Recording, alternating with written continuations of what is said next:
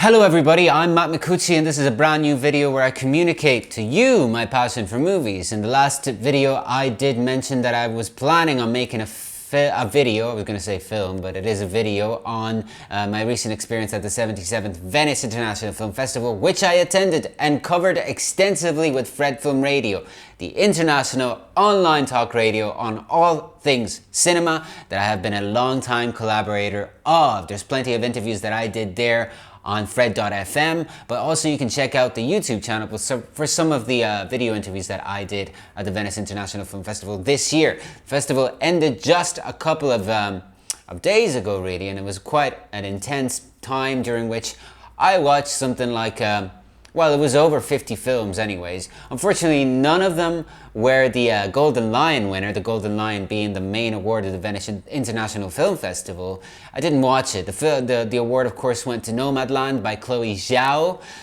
She wasn't there physically due to travel restrictions. After all, this was the edition of the festival of the time of the coronavirus, so it was very intense also for that reason. But I gotta tell you, it was great to be back in the screening rooms, watching films projected on a huge, gigantic screen in a darkened screening room. In any case, like I said, I did watch over 50 films during the course of the 10 days of the festival across all of its sections, and in this video, I'm going to highlight 5 of the films that I thought were absolute highlights out of the ones that I have seen. Of course, by saying that it covers all of the sections, I'm including the official competition of the festival, I'm including out of competition stuff. I'm including the secondary strand of the festival, the Orizzonti section, but I'm also including the parallel and independent sections of the Venice International Film Festival, which are the International Critics Week and Giornate degli Autori. So I'm going to begin right now, keeping it short, keeping it tight, keeping it focused. And we're going to start with a very focused drama titled Listen by Ana Rocha de Souza. It's a UK-Portugal co-production, and it really explores a seldom represented theme of forced adoptions, which is a very frightening topic, and this is, of course, a very frightening movie. The story is that of two Portuguese expats, broke, down and out, living in Britain, whose life goes from bad to worse when their children are taken away from them by British authorities. And so the film is really enriched by narrative attention to detail, and it really feels very focused, downright frightening. It's really an amazing featured debut by Ana Rocha de Souza, and I must say that for cinephiles, they will definitely appreciate the way in which it evokes or recalls the style, the intensity of the films by Ken Loach with their social awareness, but also John Cassavetes. And so that's the one that I'm starting off with. The next one, number 4, and these, yes, are presented in order of preference. I suppose I should have mentioned this at the start of the video, but it doesn't really matter because it's not a competition in any case.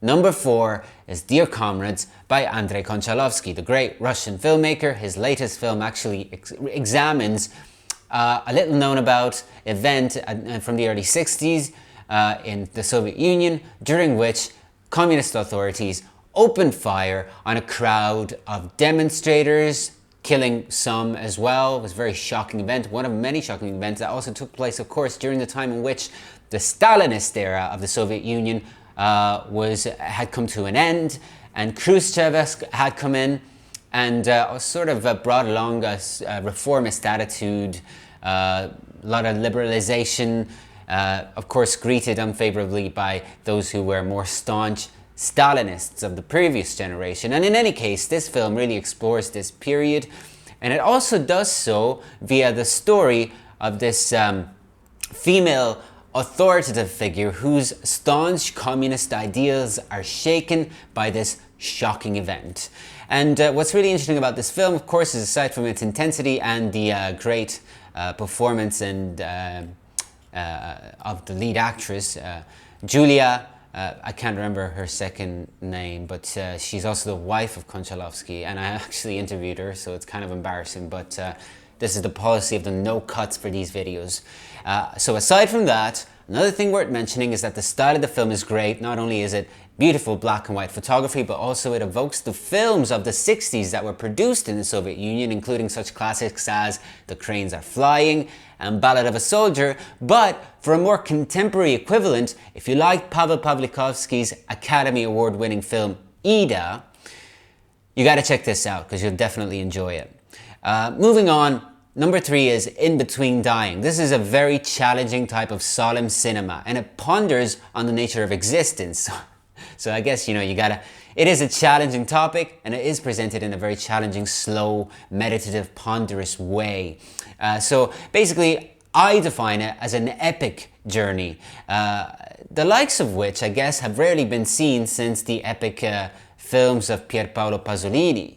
So, it's a huge comparison for me. Of course, I am a huge Pasolini fan. He is one of my heroes. But in any case, the film is a Azerbaijan-Mexico-USA co-production and is directed by Hilal Baydarov. And it follows a lead character who's basically a young man on a scooter, who sets off. It begins in modern times, but then as he travels during the course of one day, although time is a relative context within this film too, he travels, and along the way, he seems to fade into timelessness, and he meets all of these women who will lead him to realize something about the nature of existence, and as he ponders on it. And basically, that's what it is. I mean, it's a story that essentially looks for an answer to the question of what is the meaning of life? Why am I alive? Why do I exist? And definitely, it gets bonus points for the beauty of the landscapes that act as a backdrop to this really meditative film. I've said meditative a bunch of times, I apologize, but it is a really meditative film, and it is aided by the spectacular nature of these amazing landscapes that really give this film a mythical outlook, and certainly also contribute to the film feeling as if it's beyond time. The concept of time is very abstract within it. Yeah, that's the number 3 film. Number 2, from a more challenging film, admittedly a more challenging film, which of course has a reason to exist, but I won't get into that, to a film that is not afraid to be entertaining, but also communicate very important messages. I'm talking about Sun Children by Majid Majidi, and it's a film from Iran, and it focuses on the theme of child labor, a theme, of course, that is close to my heart, and as it should be for everyone, really.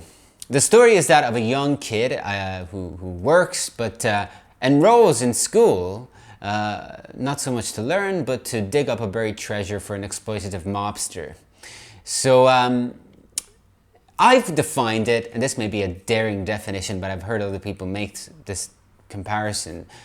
I've defined it as a cross between the socially committed films of François Truffaut, who of course explored themes and issues that had to do with young people, and The Goonies, because it is an adventurous film also, and but it is the type of film that is engaging, engaged, and unafraid to be as entertaining as it is powerfully communicating a message. So great film, great performances by the young cast. In fact, the young actor whose name I'm not going to try to pronounce because I would definitely mispronounce it. He did win the Marcello Mastroianni Award, which is an award given by the Venice International Film Festival every year to a young actor, actress, a newcomer on the scene, basically. And I guess he must not be much older than 12 years old. But his performance is very, very intense, and it is a great film, definitely recommend it. We finally come to the number 1 film of my personal top 5 films of the 77th Venice International Film Festival. And for me, it was really a no-brainer. I feel like this film is nothing short of revolutionary. I'm talking about Residue by Merawi Garima. It is a film from the United States, and it's a powerful and heartfelt portrait of black life and gentrification in the United States. It's also a very personal story of Merawi Garima, as the lead character in the film basically returns to his neighborhood, I believe in DC, to kind of film the stories of where he was born and where he grew up, but he's not greeted in a very friendly manner. People are kind of tending to be very hostile towards him because he did leave and people stayed behind and had to live there. It is a portrait of a culture that is disappearing, and of course it's very relevant to modern times. You know, these are the times of the Black Lives Matter movement, which is definitely going to bring along, I'm hoping anyways, a growth in the representation of black American life, because the films that come out of America, you know, given the fact that, you know, black America has not really been represented that well within mainstream cinema. A film like this definitely feels like the essence of a rise of a new Black American cinema shakeup. And given that this is the feature debut of Marawi Garima, and given the fact that he manages to be both tough-skinned and tender, and both determined as well as melancholic, I feel like this is also just, quite frankly, the beginning of an amazing filmography. This is art cinema that is also going to connect with lots of people from all over the world, no matter what part of the world they're from.